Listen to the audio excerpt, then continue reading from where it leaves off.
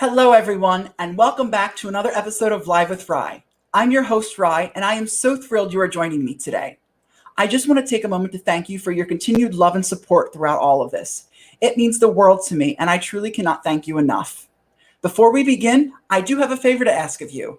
If you're watching on YouTube, subscribe to my YouTube channel so you never miss an episode of Live with RYE. You're also helping the show out as well. And if you're joining us on Facebook, hit that thumbs up button and like us on Facebook at RYE the News Guy. I'm also on social media at RYE the News Guy on Facebook, Twitter, and Instagram. I love hearing from you, and let's continue this conversation. So follow me at RYE the News Guy, Twitter, Facebook, and Instagram, and let's connect. And lastly, you'll see my website scrolling across the bottom of the screen, ryeTheNewsGuy.com. Head over there to rewatch all episodes of Live with RYE and to see all of my other content, including the launch of my new production company, RYE Entertainment. You'll also see my Venmo handle scrolling across the bottom of the screen as well. If you are so inclined, please feel free to help support Live with RYE and our platform, ryeTheNewsGuy.com. It means so much to me, and your support, even your kind words and generous outpouring of love, means more than you will ever know, and I'm completely humbled. But now, without further ado, let's get on with today's show. I am so excited to welcome my very special guest, someone whose career is just incredible. She has done incredible things. I've gotten to see her perform twice, and I can't wait to talk to her all about it. Help me welcome my very special guest, the one and only Tony Award-winning actress, Alice Ripley.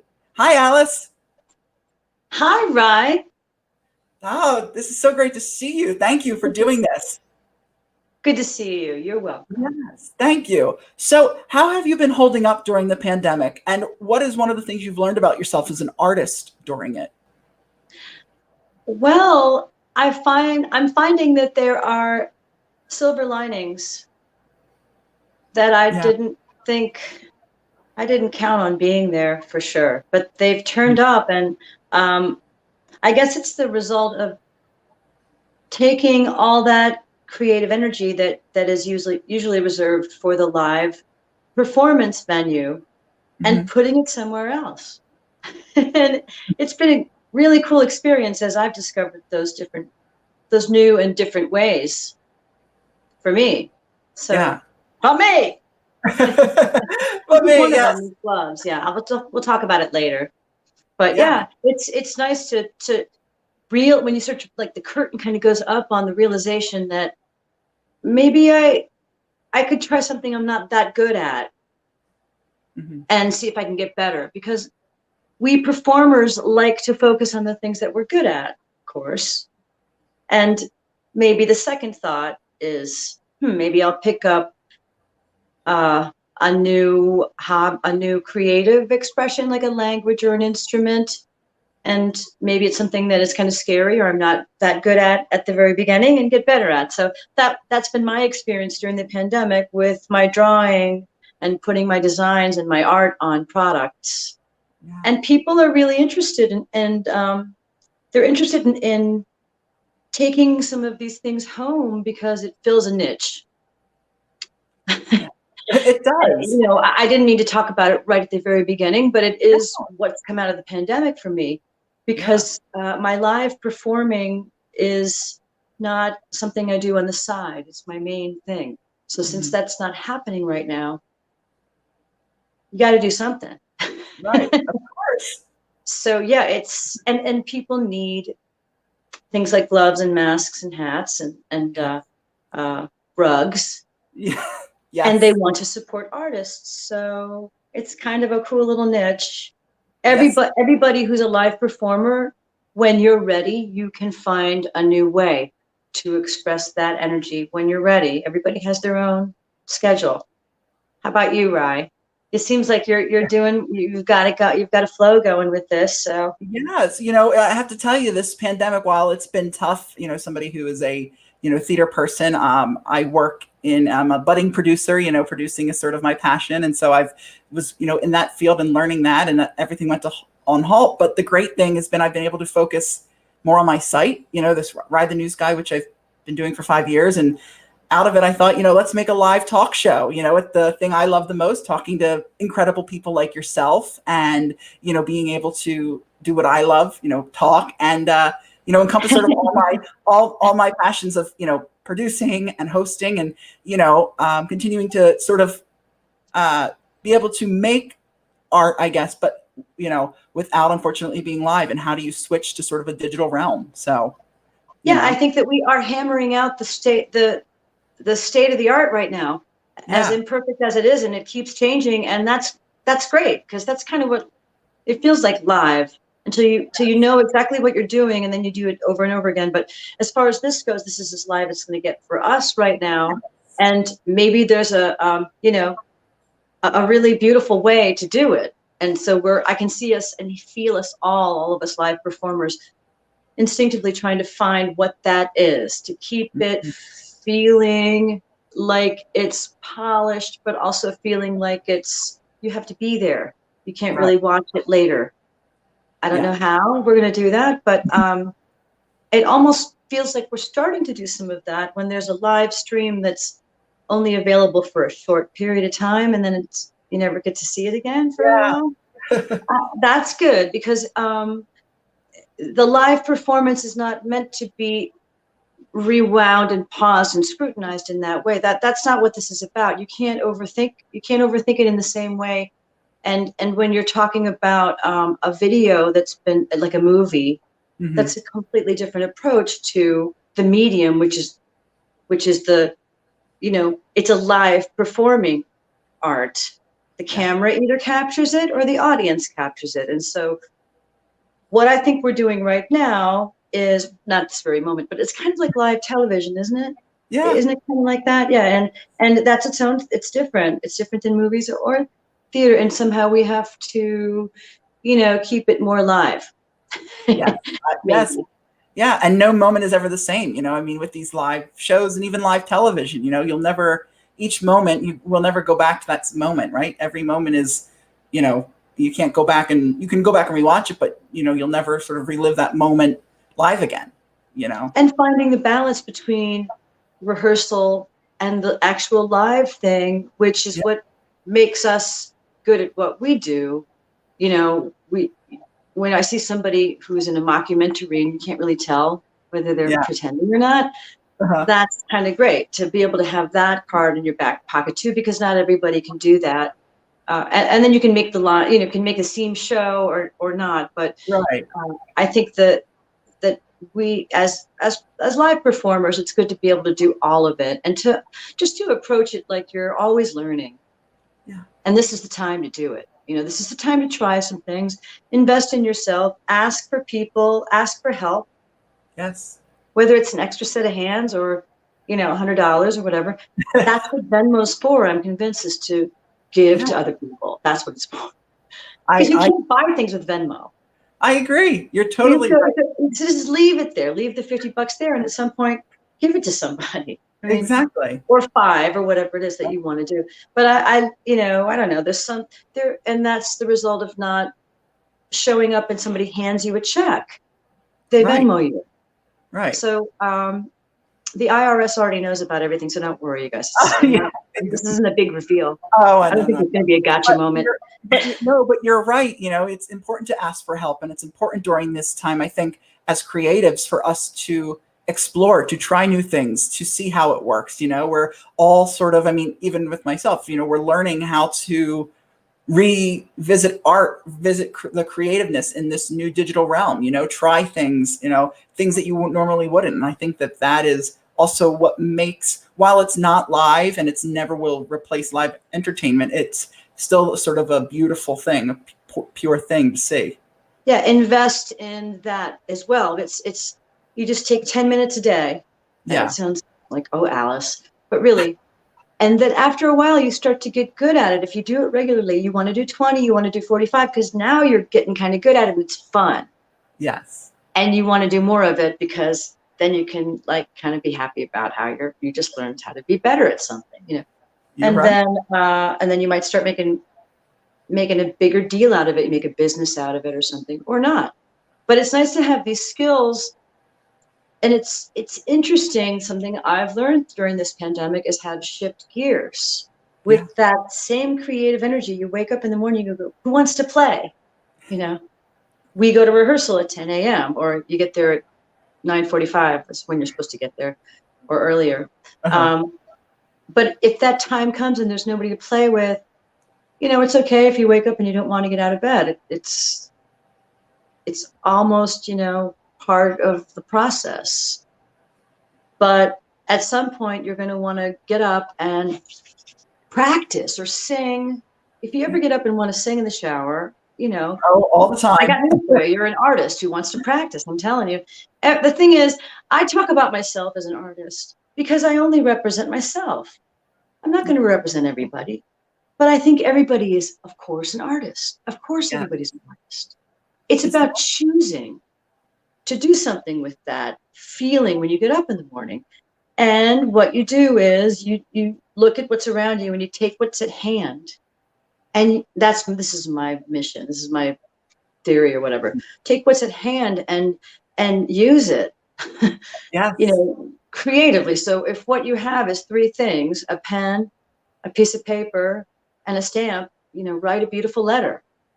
You come up with three things. I don't have to keep going. Yeah. You know, and really sometimes when we have too many choices creatively, it stops us. So it's good if you feel like you don't have anything. Well, you have something. You have your voice.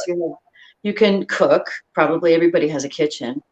Cooking is an art. But I think that you can take any craft, which I think is something that you do with your hands, and turn it into an art by making it really, really, really good and valuable. Yeah, that's important. Valuable to people. They want one of those, or they can't forget when they saw that building, and they tasted that tiramisu. Or it makes an iconic impression on you. I think that makes it an art. It starts out as a craft, right? And there's skill involved, which I guess that says to me, you can take a sliver of talent and do a lot with it. And maybe that's all you need. That is all you need, just a little sliver, and you are good to go. Why don't you tell me a little bit about your crafts that you've been making, your gloves, your hat, you know, tell me a little bit about them. Where are they for sale? What can we, you know, are you making them for others? Ryan, I get so chatty talking to you. I get like so philosophical, and I should just stop and take a drink of water for a second. Go ahead, whatever you need. Anyway, well, these are what I've done my whole life is work on stage in plays and musicals and concerts, and I'm a singer and an actor and a songwriter. There are only so many hours in the day, and so at some point you have to sleep. So you move on to the next thing. I never really had time to explore this part of my world, which is to draw digital art or take a picture of a piece of art that I've made on a canvas and put that on products like these gloves that I love. This hat, that house that you see right here. Yeah. When you take the image and you make it really, really small, I call it a tweed. I don't know what I'm talking about, but that's what this is. This is that image made very, very, very small into like a cool pattern. And so this is a hat that somebody ordered it, so I made it for them. Every one I make is different. So if you're interested in anything that you see here, you just reach out to me on one of my social media sites. Great. And it's a design process. So it's really a piece of art. Yes. Because it'll be a one of a kind. There won't be another one exactly like it. And I didn't even really know what I was doing. I'm still kind of learning. A friend of mine gave me a tablet and a stylus. And I just started drawing with digital paint, what I have been doing on canvas for a while, because I decided back then, why not try painting on canvas? Because I've never done that before. Yeah. It's a lot of Because of fun. what I just said to you, all that stuff I just said about, maybe Yeah. channeling it. Mm-hmm. Yes, it's a lot of fun. So you actually, and I was super excited about this. I'm sorry I missed it, but you actually got to perform live recently with your Alice Ripley Songs Under an Evening Sky in Homedale, New Jersey. What was that like to be able to perform live outdoors again? I know it was socially distant and safe, but that had to bring you some joy, and to be able to sing live in front of people again. What was that like for you? Yeah. We were outside the barn, the Homedale, which is the Duncan Smith Theater. Oh. It's the Homedale Theater, but the actual space is called the Duncan Smith Theater. And the Homedale is a barn, and it's painted white. So on the inside, they're taking advantage of the downtime, I think, to rearrange stuff and redo some things. So we were outside. Plus, also, it's because that way, we were outside because that way we could have an audience, right? Then it could be alive, socially distant. It was safe. It was beautiful. There were tables they're not tables, but like circular areas where a table might sit. Oh. And somebody had, you spray paint a little circle on the grass in case nobody's been to something like this. And that's where your group, if you're with the group or you're by yourself, that's where you hang out on your chair. You bring your own chair, your blanket, your snacks, your water, whatever you need. And then 6 feet away, there's another circle that looks like a round table. People gather there with their things and they kind of camp out. At the Homedale, we're on this beautiful green lawn with the trees overhead. And that night, this is trees. Okay, I know. You can interrupt anytime. No, I love it. I love it. You're going to edit this, right? No, it's live. And I think there was a full moon. There was a very bright moon high in the sky because late, maybe the second to last song, late in the set, I sing "The Moon's a Harsh Mistress," Jimmy Webb's song. And when I finished it, that's when I looked up and I noticed for the first time that the moon was right there. So it was that kind of a night. Yeah. It was feeling very like a very neighborhood family vibe, casual. I wore jeans on stage, which is I broke one of my cardinal rules. I'm never supposed to do that. But it worked because I was standing in front of a barn. So I guess jeans are okay. Oh, exactly. I mean, listen, we're in different times now. All of the rules are out the window of what is, and everybody has long hair. Right, exactly. You're allowed to experiment and do things like that. Then no one will hold that against you. Now, tomorrow you are going to be a part of the upcoming Waiting in the Wings virtual gala. Can you tell me a little bit more about that? What will the night feature, and sort of what will your role be in that? Well, that is, I'm signed up for that through my friend Michael Kushner, who is our beloved Sesame Street, these are the people in your neighborhood type of friend that everybody knows, who is our incredible photographer that's documenting this time in our lives, this era. He's the one.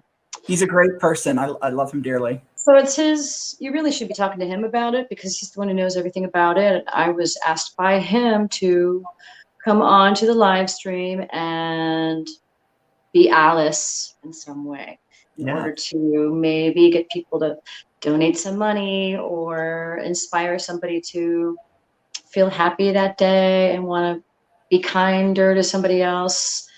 But I'm pretty sure that the organization is about giving kids a chance, raising some money for kids who otherwise wouldn't have a chance at arts expression. And I think that's a really good cause because it does take money. Yes, it's not that people are getting rich off of this necessarily. It's that it takes money, it takes dough to come up with the tools for the medium, whether it is a piece of paper or a pen or a rehearsal room, or rights to some piece or some voice lessons or a scholarship or who knows. But it really is important to encourage young artists and to focus on what they can do and what's good, because believe me, everybody finds out at some point the stuff that tries to drag you down, the hard stuff. So you don't have to tell anybody about that. No. The point I'm making, I guess, is let's encourage young artists. Let's encourage them to be disciplined, discipline in a way that feels good. Yeah. It hurts so good, you know. Yes. Not in something that's punishing. That's not what we mean when we say the discipline. I think what I mean is, you know, it hurts so good. Yeah. Instead of, what did I do wrong? I think it's important for us right now to remember that, because I do feel like I'm speaking for more than just me when I say this, which is, it's easy right now to feel, if you're an artist, like you did something wrong. Now I'm just talking about artists. I'm not talking about anybody else. Okay. You did something wrong. Like, what did we do? Like, it's hard not to take it personal that the entire medium, the live is not happening right now. Yeah. And nobody's talking about it. And Joe, who I adore, addressed COVID the other day and mentioned going to sports events and to talk about the arts. Who do you think makes the uniform? Who do you think comes up with the graphic for the art on the side of the helmet? Who do you think measures and paints the lawn, the green that they're on? No, really, I'm not kidding about this. No, you are 100%. What do you think the barista is? The point I'm making is, let's stop. Let's cease taking it for granted. Please. Yes. It doesn't take very much to just start appreciating it. That's all. It's just like you would appreciate a sunset. People had to pay for a sunset. Think about how much money they would have to spend. Exactly. Okay. Well, yeah. It's free.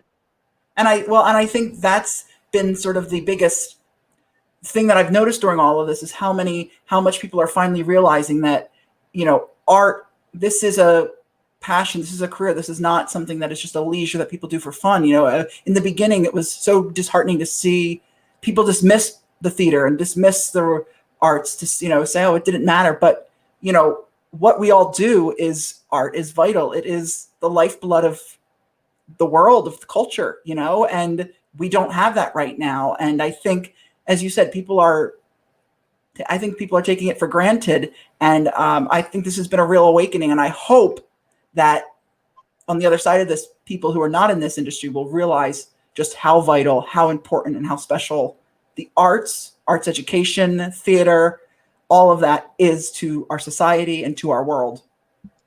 That's all. I love that all. You know, that's all great, Rye. By the way, rye bread is my favorite bread. Side note. Oh, I think what I touched on earlier, and then you kind of rounded it out. Let's play the roles that we're playing. Let's play them. Yeah. If you aren't on stage, be in the audience. Yes. If it's as simple as, if you like having a bakery down the street, that's kind of cool. Mm-hmm. Go there and spend your money there.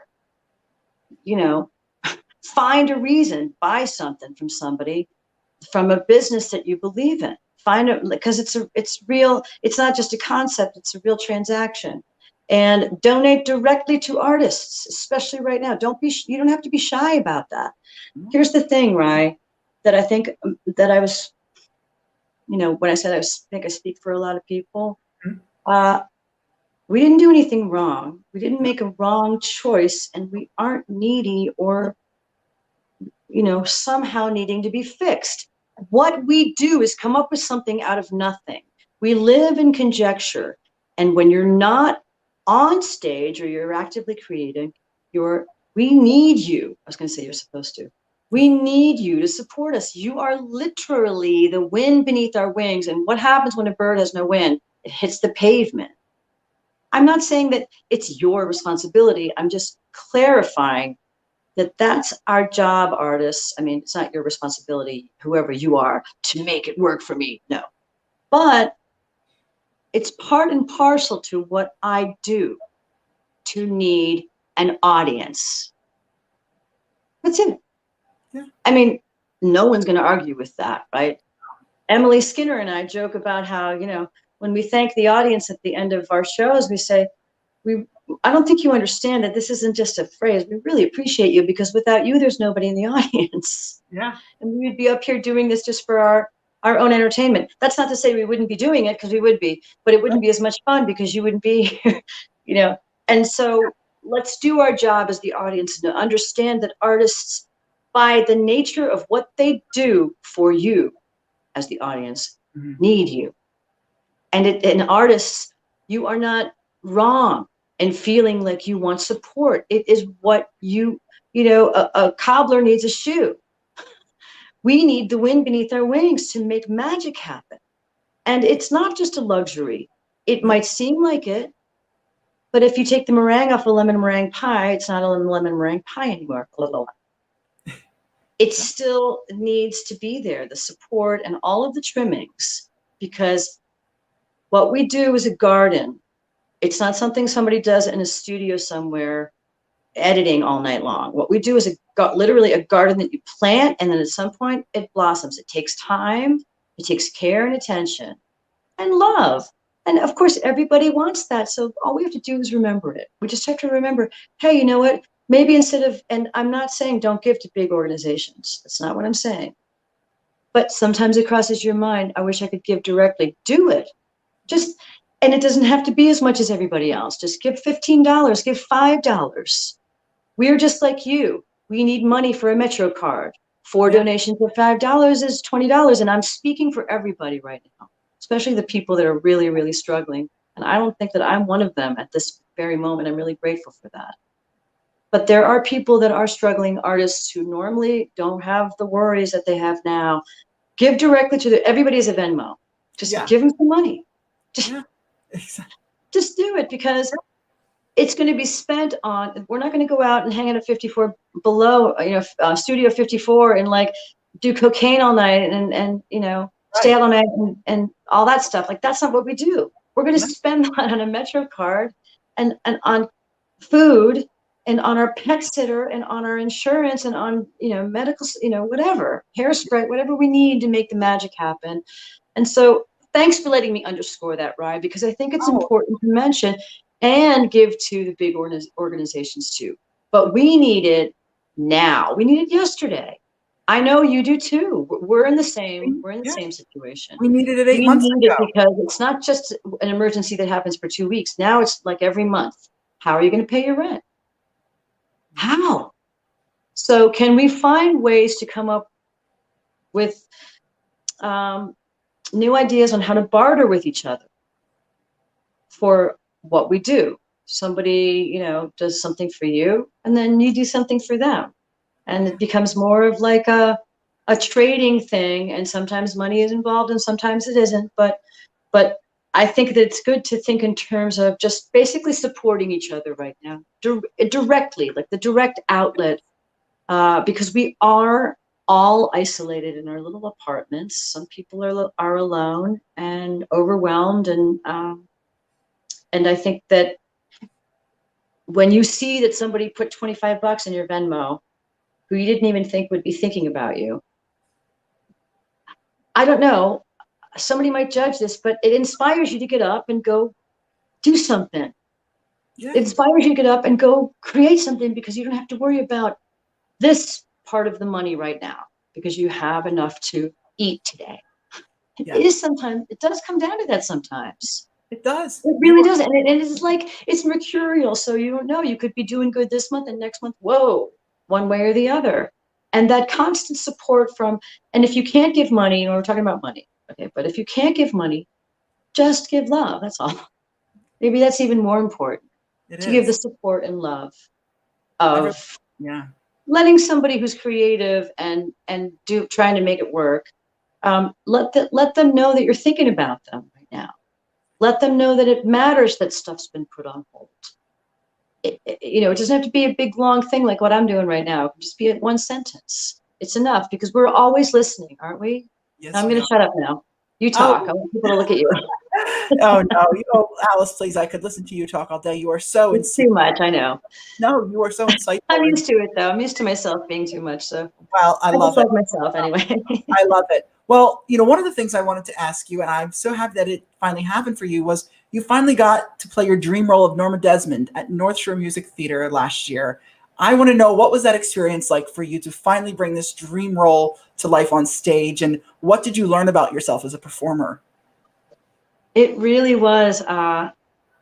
It was such a special experience to do that show.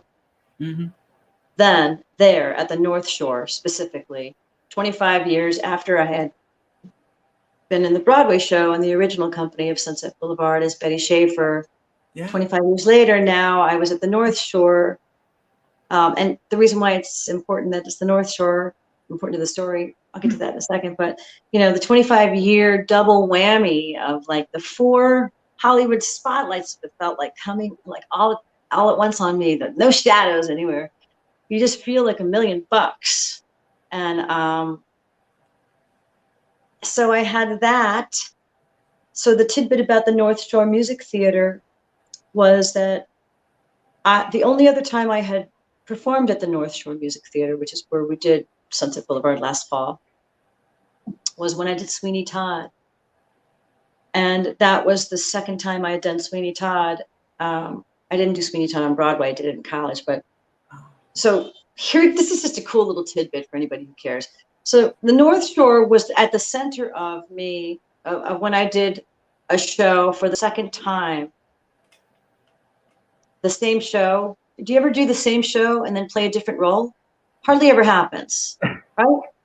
Yeah. So that's only happened twice to me, and both times it happened at the North Shore. I just think that's kind of cool. And so the Sunset Boulevard was one of those times. And so you got that part, but then you got the double whammy of this is the second time, this is the 25th year anniversary, and I'm playing Norma now. And back when I did Betty, I was thinking, geez, am I even still going to be kicking when I'm old enough to be Norma? And people say I'm not old enough for Norma, but I'm an actor, so don't judge yet. Wait until you see me do it, and then decide. But I did recently let my gray come in. I've stopped doing my hair. Well, I cut all my hair off, but I've stopped doing anything to it. Just kind of I've let myself go. Right? It's really sad. Oh. It's so not. sad.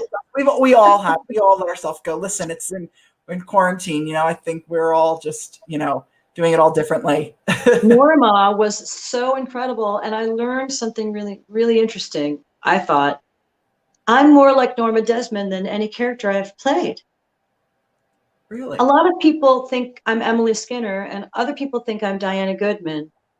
But I'm neither of those people. I'm more like Norma Desmond than any character I've played, except for maybe Violet Hilton. Aside from the fact that she's conjoined, Violet and I are very much alike. Norma Desmond is so much like me. Listen to this. We both wear our sunglasses inside the house. Yes, even at night. Yes. We want to be movie star at almost any costs. There's a guy in the picture, but like he's in the periphery somewhere, and nobody really knows what's going on with that. It's all about me, and I'm like eccentric. So the things where I differ from Norma are she kills somebody, and she really manipulates and lies. Now, I might get into hyperbole, but I don't think I manipulate and lie. I think that it's pretty clear. I'm pretty straightforward. So we're different in that way. That's good. People like to think of me as Diana Goodman, but I'm nothing like Diana. We don't have anything in common except that we're female. Mm-hmm. That's about it. Because she has 2 kids. How many kids does she have? She has 2 kids. She experienced the loss of a child. She tries to kill herself. She gets ECT. She takes prescription medication. Any of this anywhere near my world? No. No, I'm single. I live alone. I don't have any kids. I mean, it's really kind of scary when you think how real the illusion can be sometimes, even to me. Because Diana tried to take me down, but guess who won? You did. I won. Yeah. Well, and that role was, you played it so well too, because that got you the Tony. So I think that it's funny, right? I've thought this for a while now that. Yeah, you'll get the Tony if your performances, you will. But that's only because the role you're playing is an amazing role. It gives you the chance to wow everybody. And I do think, whether it's conscious or not, when people choose who gets singled out for their performances, it's partly because of the role that they're playing. There are Tony roles and there are non-Tony roles. But even beyond that, it's how the role fits you and how you fit into everything else around you. and there is kind of a kismet timing to the whole thing, and the audience helps to decide that. But I do think that, a role like Diana Goodman stands out. There is no other role like that in musical theater that's female. That's just that raw and it's just very, very like, you see everything whether you want to or not. Yes. And that kind of role is it's important. It's important for people to remember Diana Goodman. Yeah. So I think at some point, the people who make these decisions, whether they know it or not, when they single out a performance, they're singling out the role, and they want an asterisk to be next to that show and that name and that role in the history books. So that later, like I did when I was in school, and I would go through those books and look for they're usually pretty obvious, but you go, oh, there's usually sometimes there's one where you go, whoa, who's that? And then you look it up and you learn about Sideshow, which was a show that could have totally disappeared. But let's say in, many, many, many decades, it won't be as famous as something else. I don't know. Yeah. It'll still stand out because of the attention that show got, and the story, how the story connected with the core fan base. And also one of the reasons why I think Sideshow still exists today is because Sony Masterworks decided to make a record with us, the original cast. And so the show was then documented, which seems like a given today. But back then it wasn't a given that there was going to be a document of this. There was going to be a cast album, basically, a recording of the show that's based on the production, the Broadway production. So I'm really glad that cast album existed, because I'm sure that that's the reason why the revival happened, and that people are still, new generations are jumping on the Sideshow cult. And that's a big fan base. Yeah, it's got you. I'm glad, because it really takes a true theater person to go, you guys know, come look at this, because that person gets it first, a show like Sideshow, because Sideshow is about the outcasts, and that's us. We're the ones that aren't afraid to admit, we feel more comfortable here. We're going to go here. Yes. This is where we belong. Mm-hmm. Yeah, compared to another one. Exactly. If you don't want us here, we're going to go hang out over here. Yes, exactly.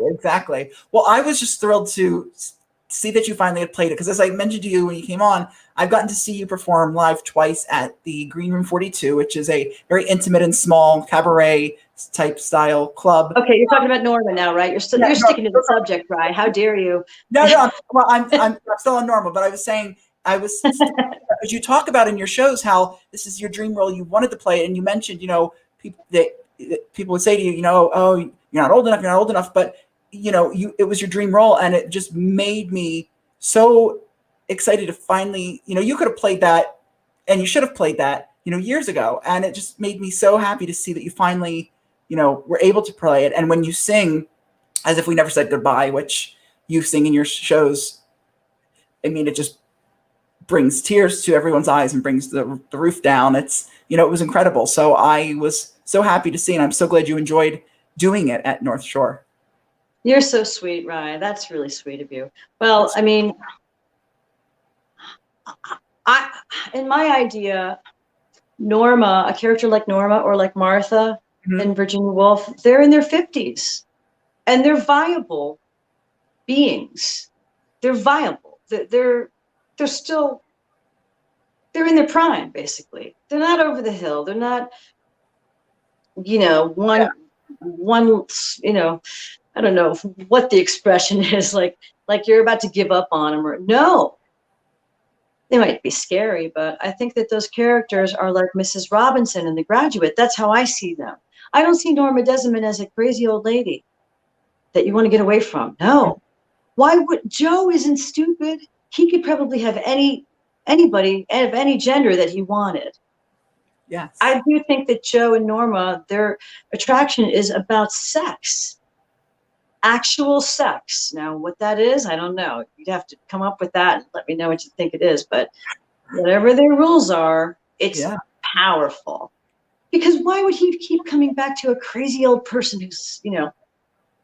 wears old lady underwear and stuff like that. No, he's not that desperate. Joe's a lot more resourceful. Joe's been around the block by the time we see him. He's down on his luck, but he's had some highs and lows. He's not dumb. And so it just makes sense to me that Norma and Joe can't keep their hands off each other.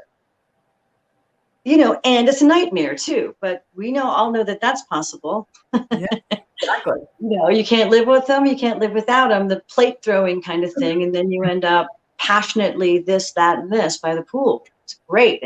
And you're both into it. Yes. But this is 1950.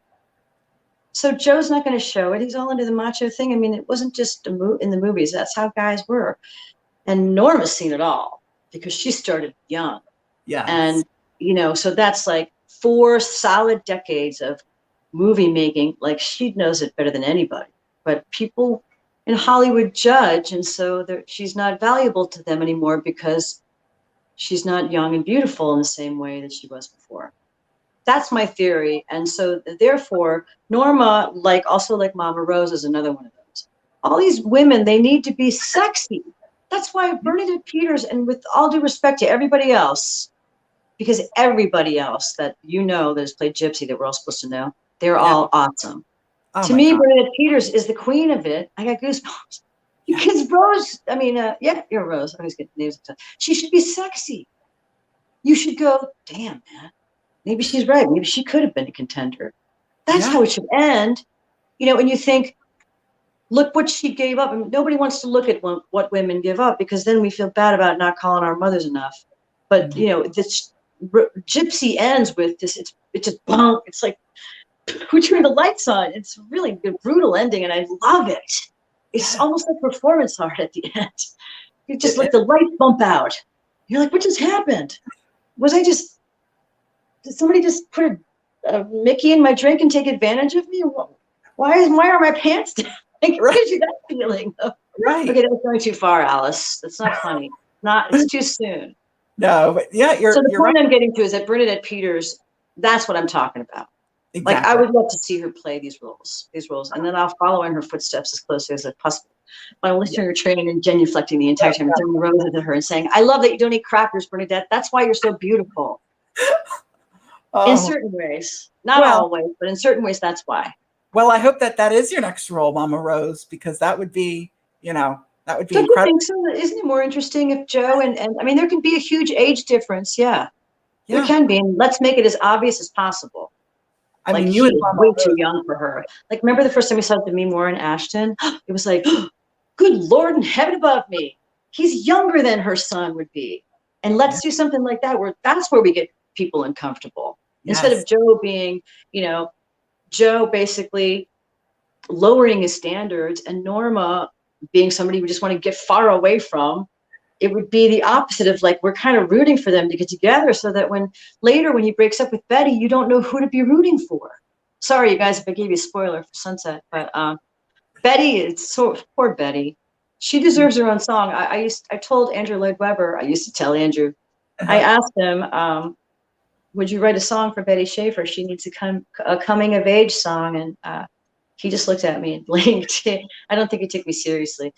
Betty Schaefer doesn't have her own song, so that's kind of a drag. But at the end, when Joe and Betty break up, it would be cool to, I don't know, it would be a really interesting part of the scene to not know who to root for, especially later, because a few minutes later, Norma comes out with a gun. So aren't you glad you asked? I am. Maybe Well, direct this instead. You know what? Like, listen, anything could happen. And, maybe a few years from now, when a revival happens, hopefully if Andrew's listening, maybe a new song will be written for Betty, and maybe Betty will have that would be wonderful. It really would be. I think that it would have to be about, in case Andrew is listening, I'll tell you what your song should be about.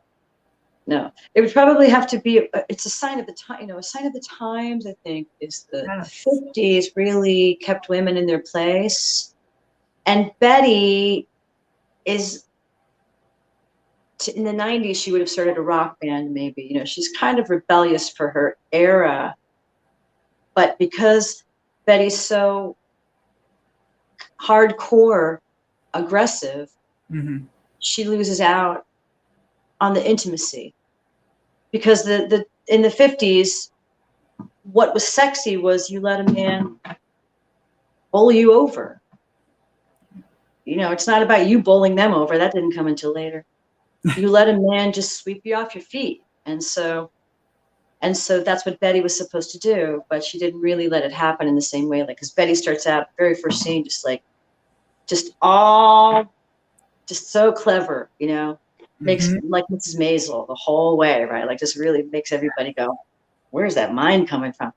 And doesn't let herself be seduced or taken over. And that's why the scene on the back lot before Too Much in Love to Care, Betty turns into a little girl. Well, she starts singing. The song starts with "When I Was a Kid." So at that point, Betty's going, Daddy doesn't love me, or I'm not supposed to be here right now, or I did something wrong, because Betty's engaged to Artie, and Artie's out in the middle America. So anyway, I think it's a sign of the times, because today there would be much more intimacy from the very beginning with Betty and Joe. So maybe that's what the song would be about. I don't know. Great. We're going to cut all this out, right? Because We're live, honey. We're live. We are live.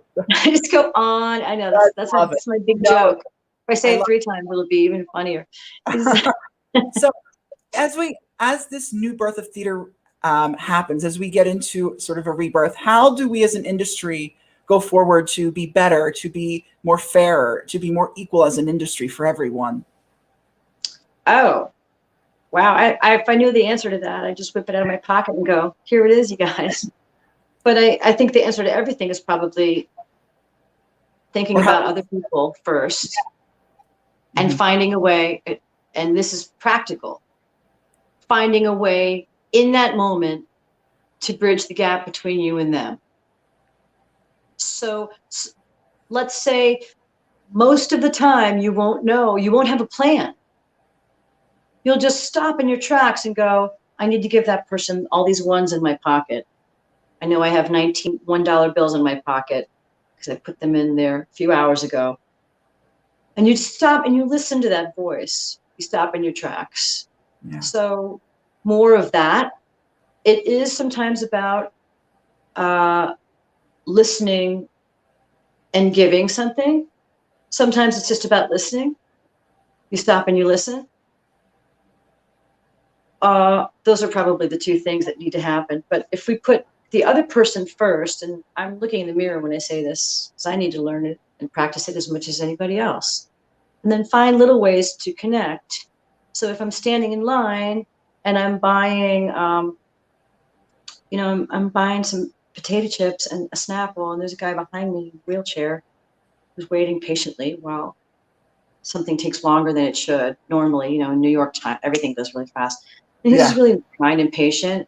And I asked him I said, can I buy you something? And he said, yes, Sprite. And I asked him, I said, can you have a Sprite? And he took, another buck off of, put another $1 on the tab or whatever. And the guy said, thank you. And I'm saying this because it makes a difference. Yes. It might be small, but it makes a big difference to do that, I think, to make it easy for somebody else. And it's really easy for you too. Yeah. Those little things, I think you don't plan on those. Mm-hmm. And you can't always do what you want to do, or sometimes you judge what you end up doing, or somebody else judges it. But that doesn't matter. It's really about, in that moment, how can you move that forward a little bit? This whole idea of like listening or giving it this, or like just making it about the other person, not responding or reacting at all, or doing any kind of formulating, or just letting it sit for a second. And then the next impulse, just follow that for a little while. It'll make you feel good all day when something like that happens. But I think we really have to look actively for it.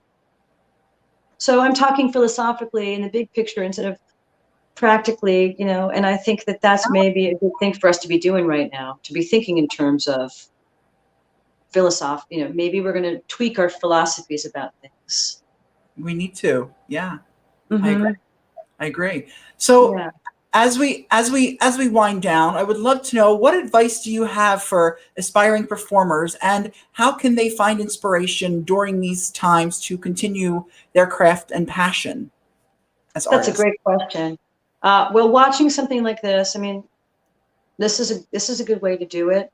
Yes, it is. I'm doing this because it keeps me excited and keeps me on my toes in certain ways and challenges me in certain ways. This kind of format on StreamYard or with you, where I just freewheel through a stream of consciousness, stories, feelings, ideas. I don't censor too much, try not to trip over my tongue too much.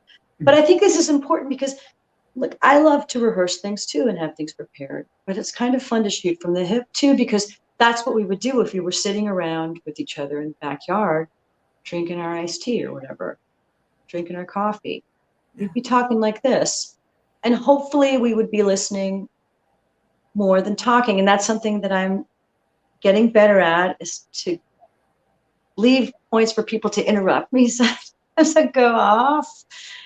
It's really because I want to help. I want to spread like as big a net as possible, and maybe at some point you'll have something to catch on to. But I think that as far as what artists are going through right now, definitely pick up new crafts. And a craft, I think, is anything that you do with your hands. I think of it as starting a fire. You have you have two sticks, you rub them together like this. You know, you're making contact, and you're making some kind of friction happen, and it takes effort. Think about that. But then look at the miracle of what happens on the end of a match after you just strike it. It's sitting there all that time. You just go chink, or like, the gas touches the spark and boom. Or if you're feeling depressed these days, think of a Snapple bottle. I just love that word, Snapple. Yeah. Before you open it, there's that indentation. And it sometimes says, if this indentation is popped up, you're taking your chances with what's inside.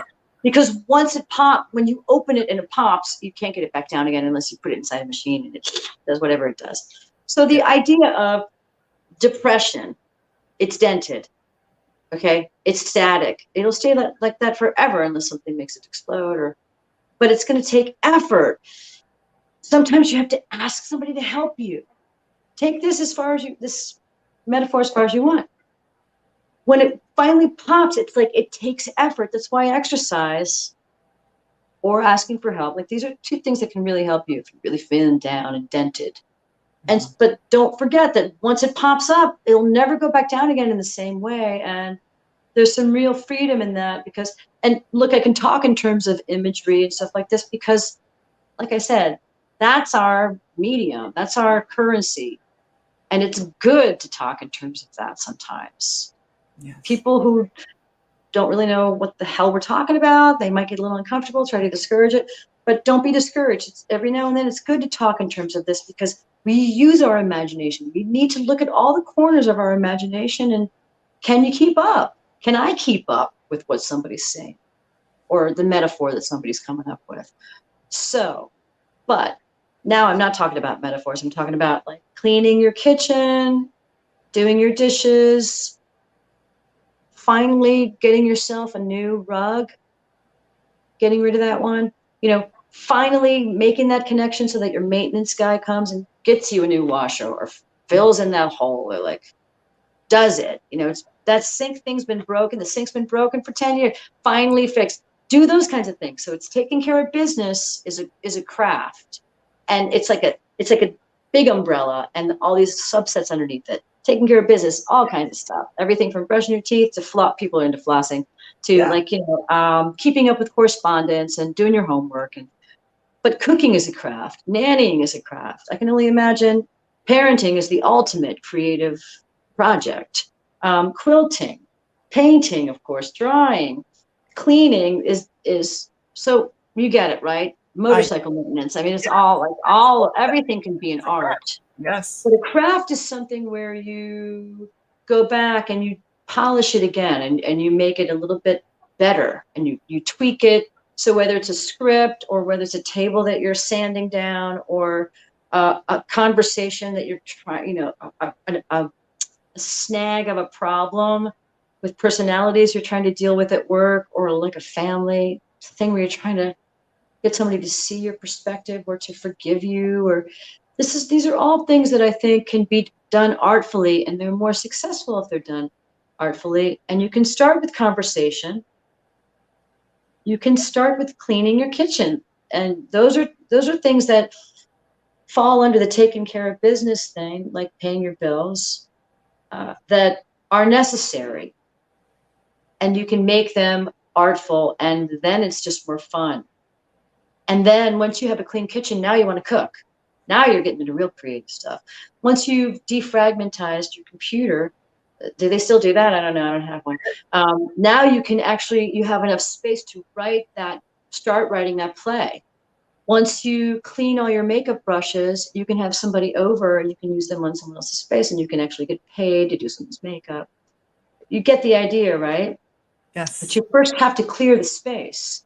It's not necessarily about having gear, although I love gear. Gear is awesome, meaning stuff to make stuff with, canvases and paintbrushes and sound gear and guitars and instruments and books and all kinds of stuff.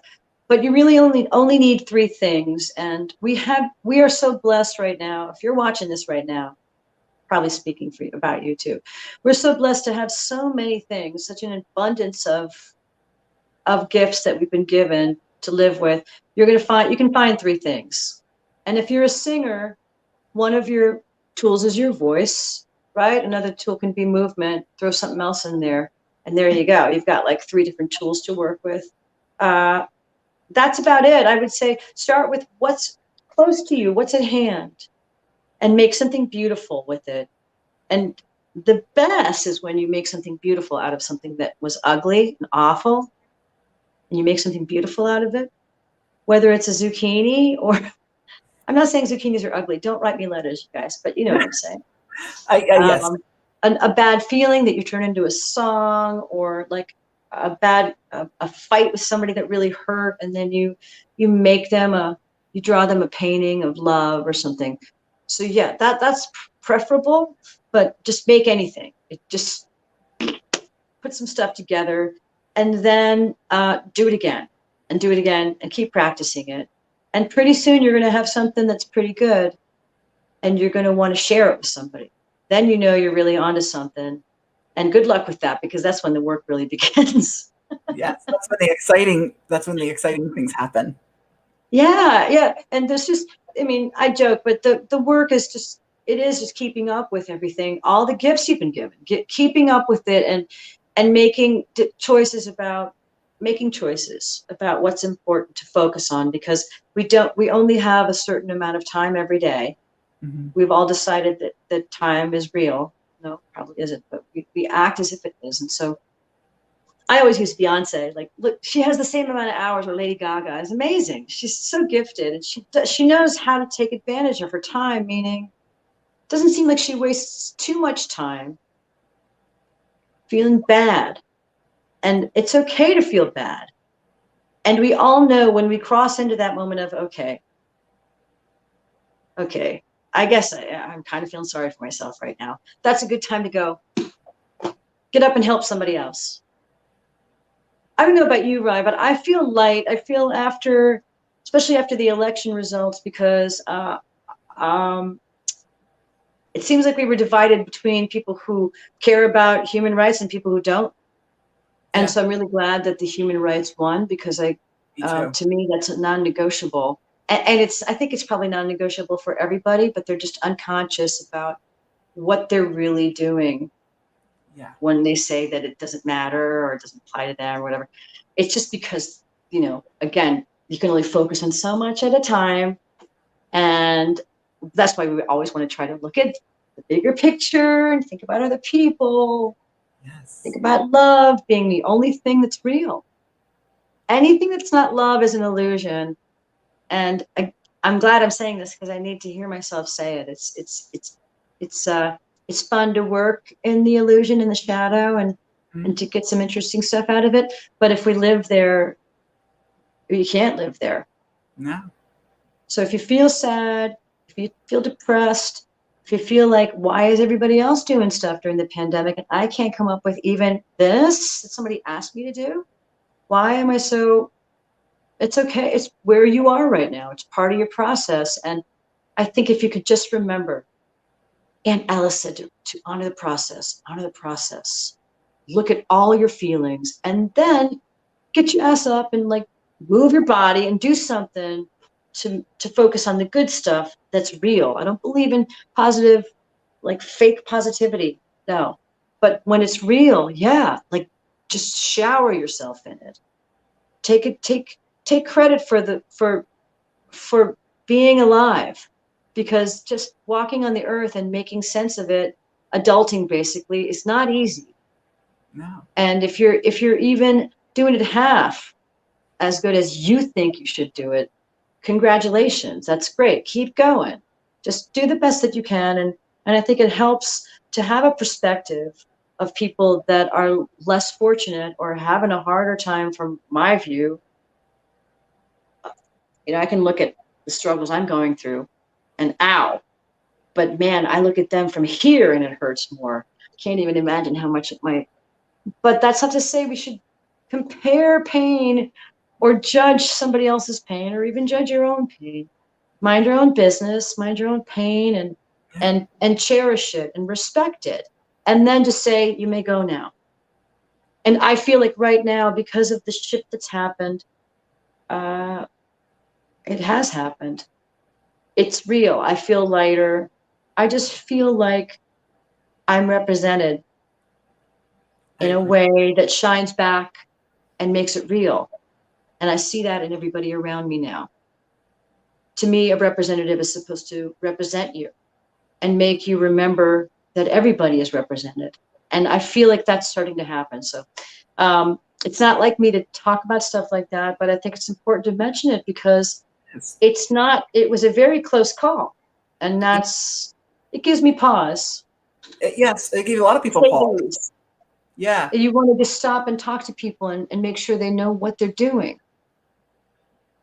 Yeah. Because if they say that they love you and then they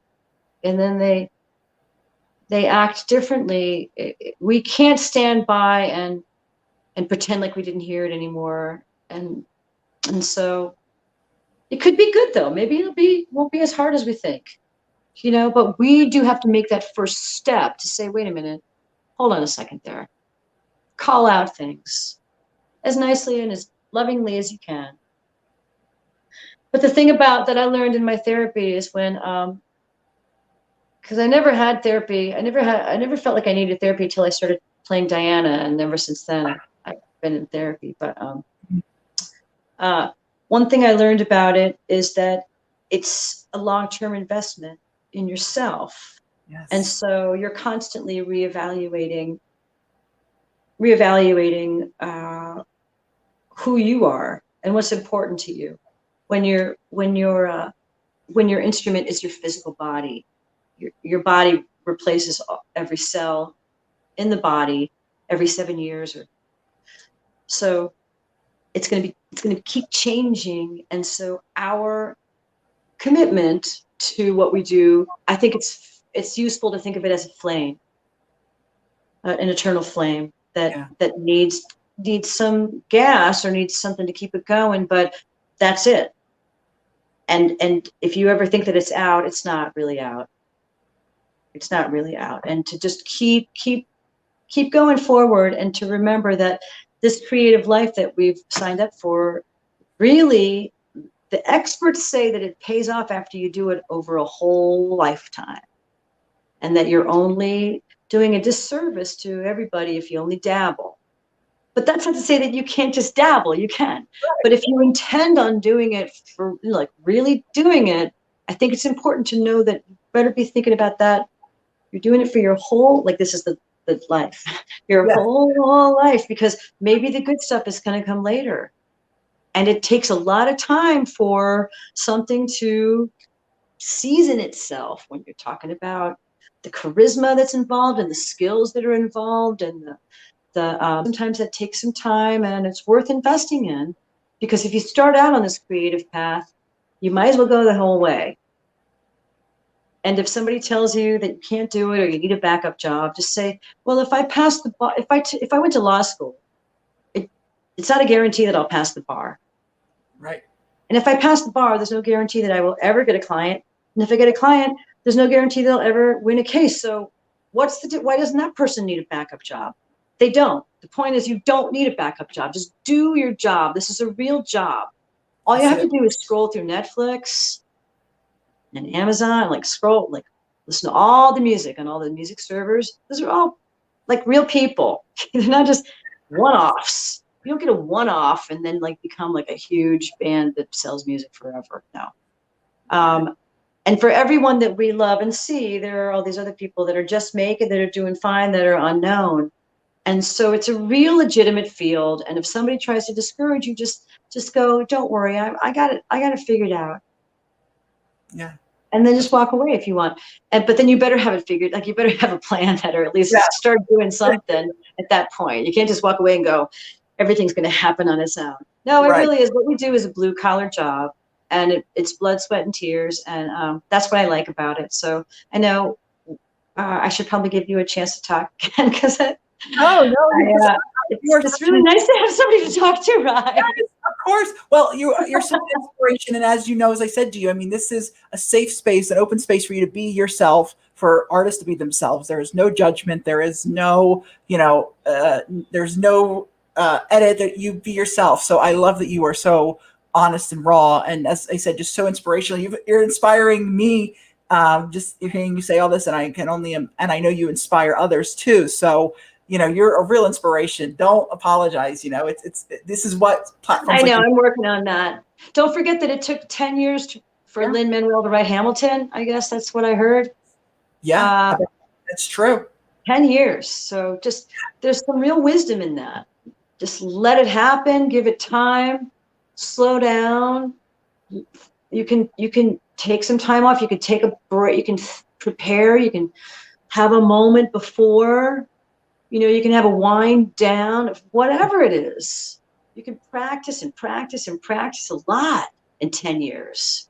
Yes. And you can get really good at something that you don't even think that you would even try right now.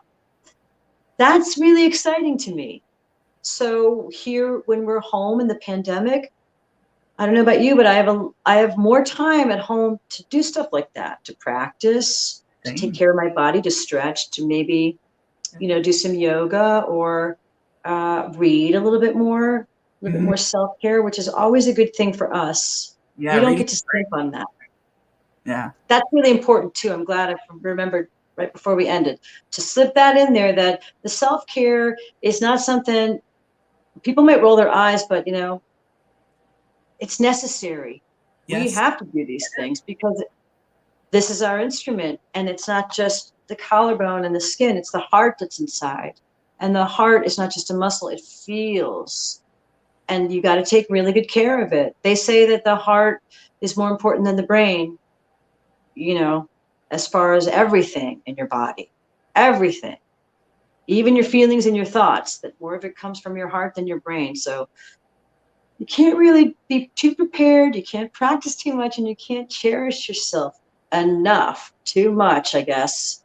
Other people might make fun of you, but that's probably just, they're jealous, but oh well. Too bad, Don't listen to them, Don't listen to those naysayers, Yeah, just tell them to take a bath. Exactly. Take a bath and, listen to Alice. Exactly. Well, this has been wonderful, Alice. You just have enlightened me. You have, I know, enlightened so many people, and I'm glad we were able to do this, and that you agreed to do this. I am so happy to speak with you, and you have so much to say, and it's just you're a bucket of wisdom, and I love that. You're so sweet, Rye. I mean, you're really so kind and generous, and you're like a little ray of sunshine. Oh. Not a lot of people. I mean, not everybody is willing to just let me go like that. So I really appreciate you. And anytime we do this again, feel free. You can interrupt me. I don't ever give that footnote. I forget to tell. I'm the middle child of 11 kids when you put everybody together. So I'm used to kind of grabbing the last cookie. Right. I have no problem with eating the last piece of cake or something like that. Well, I have that same issue a lot too. Where I mean, you and I have that same issue where I tend to talk a lot and have to remember, and I'm getting better at it over the years of letting somebody else speak or like. So believe me, I get it. I am with you there. You know. Okay, we can have a support group together then. Yes, we can have a support group. Sure. You know, Thanks to everybody who's watching. Thanks for being interested in us, and don't forget we had to some great comments from people. You know, that someone saw Sunset. She said it was amazing. Spread the love. Oh, that's Sue Ellen. I know all these guys. These are my regulars. Yeah, it's and Sue. Yeah, that's really sweet. It was great, and you know that's why I do this, because I want to give positivity and ray of sunshine, and you know I love what I do, and I want to help make this world a better place. That's why I started this platform 5 years ago, to focus on the positivity, the goodness. There's enough negativity out there, and we need to smile and we need to be happy. And there's so much to talk about that is focused on that doesn't have to be negative. I think it can be silly, maybe, certain situations you can be silly. You don't have to get serious, or just be kind of light, like when you're eating. Yes. Right before you go to bed, or like right after you get out of the shower. I mean, that's why it takes time it's good to take time, slow down a little bit. Because maybe when you're eating, you don't ever have to get weird and tense. It can always be about, like who can make the silliest face when they eat that? That was right. Right. Yeah. And they make fun of each other. No food fights, though. No. It's about maybe it is about allowing the lightness, because we're just taught to kind of like tamp it down and rein it in and I don't know, make it cut and dry and we take away the grays, but maybe when there's lightness, there's a little more gray because you don't really know what's going to happen. Mm-hmm. But if you're having a delicious meal with some people around a table, when you get into that flow of the conversation and you don't even want to talk, you want to hear them because they are so entertaining. Yes. Yeah. That can happen while you're having a meal or if you're just sitting around doing nothing. If you're not looking at your phones. Look, right. I love the phone. I'm looking at, it's the only nerve center I have. I don't have a computer. It's my phone. But it's like somebody's whispering in your ear. It doesn't happen in a bubble. Everybody can see you doing it and they turn off. Yeah. So turn to everybody, myself, like put it down and put it all right here. Mm-hmm. And focus. And then everybody else puts it all right there. That's like where we want to go. And then it starts to go. I love that experience though, when I'm with people and I'm in the other room and I'm hearing them having a great time laughing about something. Even if I don't know what it is, it just makes me feel so happy to know that, they're interacting.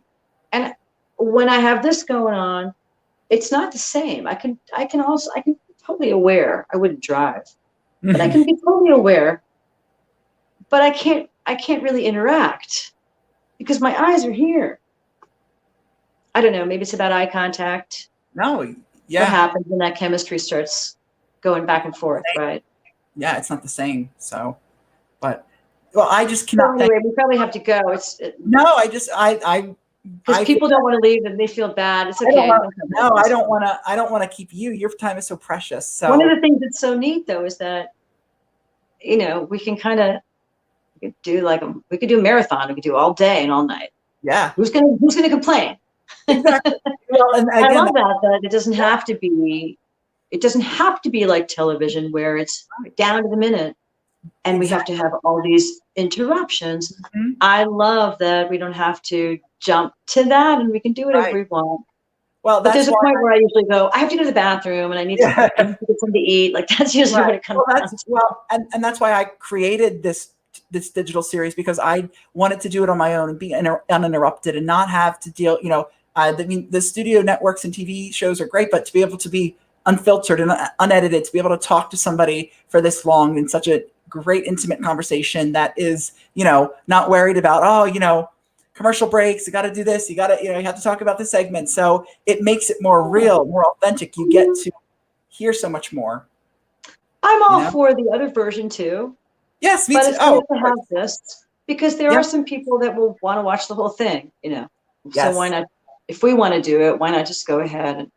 And I wish that I had a way to sing for you right now, but I can't be on this platform and also sing through my phone at the same time. It's So I no, I don't expect you to next sing out. time I'll have a video ready and I'll just say, Here you "Take it go. away, Alice." And then the Yes. video will come on of me singing something for you. Special song Wow. just for you. Maybe I'll come up with a theme song for you, Rye. Do you already Yes. have one? No, I don't. I need one. You want You need a theme song. I do need one. Do you want to? You can sing it. You should sing it. You should. I would. It's Rye the news guy, Rye the news guy. And I'll take it from there. I'll let you know what I come up with. Yeah, for sure. Oh my gosh, that would be. No charge. Oh well, I'd love that, Alice. Well, I'm going to end Well, this. no charge for that free sample. We'll talk about later. Yeah, I'm going to end this broadcast. It was great to chat with you. Everyone Thank loved you. it, and this was great.